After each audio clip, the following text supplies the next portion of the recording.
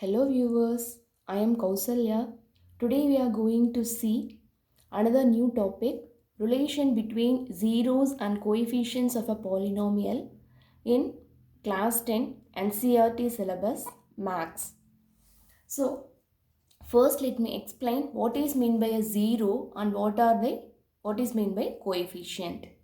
So here this is your quadratic equation. So here as the name mentions quadratic, it will be having two answers.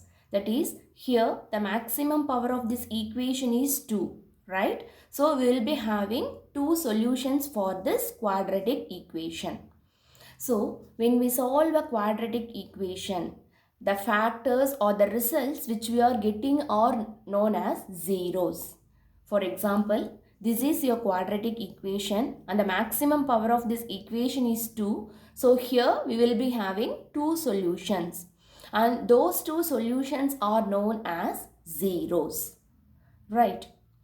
There are many steps included to solve this quadratic equation and getting this answer. I will make a separate video for that. In this video, just let us know what is the relation between zeros and coefficients of a polynomial. So, when a quadratic equation is solved, the results which we are getting are known as zeros. Right. And the next one is coefficient. So, here again you take this same example. So in this case, you see we are having three terms, right? How many terms are present there in this equation? We are having three terms. One is x square, another one is 5x and another one is 6. So what is meant by coefficient? The numbers which are presented along with this x square or x power 0 are known as coefficients. So here this is your x square, right? So the coefficient of x square is here we don't have any number. So we can take it as 1, right? So the coefficient of x square is here 1.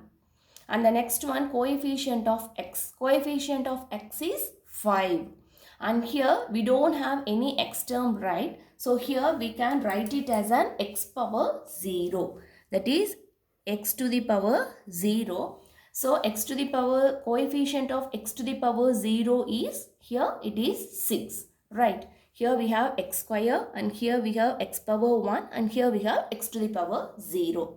But in most of the cases, we won't represent this x to the power 0 because it is understood, right? So these are known as coefficients. Right? Now we are going to see what is the relationship between zeros and coefficients. So here, when you take the first step is we have to calculate sum of the zeros and we have to calculate product of the zeros. So here again we are taking this same example. So here we see we are having value of zeros as -3 and -2. So the first step is I am going to calculate this sum. So sum is nothing but we have to add. So here I am having -3 and -2. So when you add -3 and -2, you will be getting 3 plus 2 will be equal to 5. And here both these are with the same signs. So we have to add and we have to put this minus sign. So here we will be having -5. Right. And this -5 can be obtained in some other way. That is, you can take this one, that is minus coefficient of b divided by coefficient of a. So here again considering our same example, and I am going to compare this one with the standard form of the equation. Here the standard form of a quadratic equation is ax square plus bx plus c. Now I am going to compare this equation with our given problem. So here when you compare, you see in the place of a, here there is nothing. So we can take the value of a as 1. And in the place of b, I am having 5. So the value of b is equal to 5. And in the place of c, I am having 6. So here you can take the value of c as 6. Right. So here minus coefficient of b by coefficient of a. So coefficient of b. So here what is the coefficient of b? It is 5. So just substitute 5 by coefficient of a. What is the coefficient of a here? It is 1. So it is 1. So which is equal to minus 5 by 1. Finally it is equal to minus 5.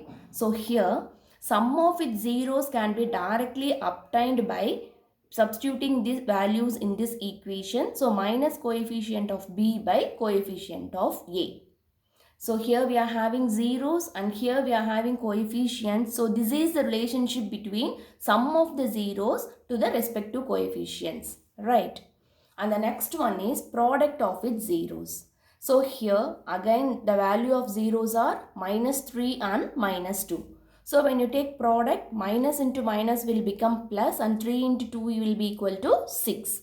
So this can be easily obtained by this formula, that is coefficient of C divided by coefficient of A. So what is the coefficient of C? It is 6. What is coefficient of A? Here it is 1.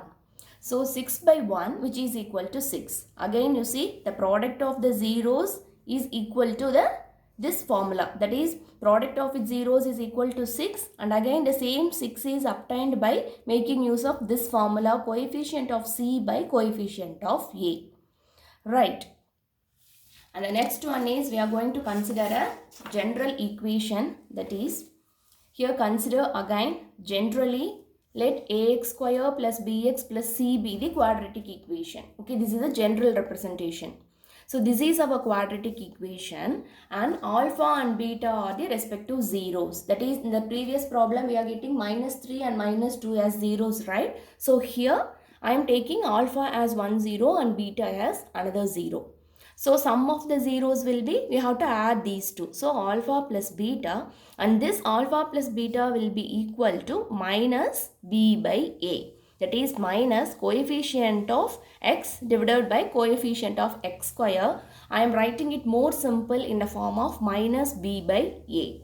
And the next one is product of the zeros. So product of zeros is alpha and beta. So when you multiply these two, alpha beta will be equal to c by a. So here that is coefficient of x naught divided by coefficient of x square, that is c by a. So finally we have end up with the formula for sum of the zeros and product of the zeros, and these two terms are related with the coefficients respectively of the given quadratic equation. Hope you people understand this. Thank you.